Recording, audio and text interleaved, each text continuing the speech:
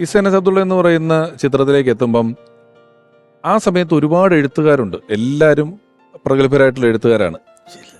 എല്ലാവരും എഴുത്തുകാരെന്ന് പറഞ്ഞാൽ സൂപ്പർ ഹിറ്റുകൾ ഒരുക്കിയിട്ടുള്ള നല്ല വാസനയുള്ള എഴുത്തുകാരുള്ളപ്പോഴും ഹിസ് അബ്ദുള്ളയുടെ ഒരു എഴുത്തിലേക്ക് തിരുമേനിയാണ് തിരഞ്ഞെടുക്കപ്പെട്ടത്. തിരഞ്ഞെടുക്കപ്പെടുക എന്ന് മാത്രമല്ല, അതിനുശേഷം രവീന്ദ്രൻ മാഷുടെ ശബ്ദത്തിൽ അതിൽ പാടി അഭിനയിക്കാനുള്ള ഭാഗ്യം, അതിൽ അഭിനയിച്ച കഥാപാത്രത്തിന് രവീന്ദ്രൻ മാഷ് ഡബ് ചെയ്യുന്നു, ആ ശബ്ദം കൊടുത്തുകൊണ്ട് അഭിനയിക്കാനുള്ള ഭാഗ്യം, അങ്ങനെ ഒരുപാട് ഭാഗ്യങ്ങളിലൂടെയാണ് തിരുമേനിയുടെ ഹിസ് അബ്ദുള്ള എന്ന് പറയുന്ന ചിത്രത്തിലേക്കുള്ള എത്തൽ. എങ്ങനെയായിരുന്നു ഈ ഹിസ് അബ്ദുള്ളയിലെ ലിറിസിസ്റ്റ് ഗാനരചയിതാവായിട്ട് തിരുമേനി എത്തപ്പെടുന്നത്? ആരുടെ തീരുമാനമാണെന്ന് ചോദിച്ചിട്ടുണ്ടോ?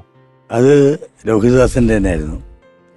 പക്ഷേ ലോഹിതദാസ് CB കൂട്ടുകെട്ടിലാണ് ഞാൻ വരുന്നത്. അതിനു മുൻപ് മഹാറാണി ഹോട്ടലിൽ വേറെ ഒരു കമ്പോസിങ്ങിൻ്റെ സമയത്ത് രവിയേട്ടനെ ഞാൻ അവിടെ വെച്ച് കണ്ടിരുന്നു. കണ്ടപ്പോൾ രവിയേട്ടൻ എന്നോട് ഇങ്ങോട്ട് ചോദിച്ചു, നമുക്ക് കൂടണ്ടേ, ഞാൻ സംഭവിക്കാൻ പോകണു എന്നോട് പറഞ്ഞു. അത്ഭുതകരമായിട്ടുള്ളൊരു കൂട്ടായ്മയാണ്.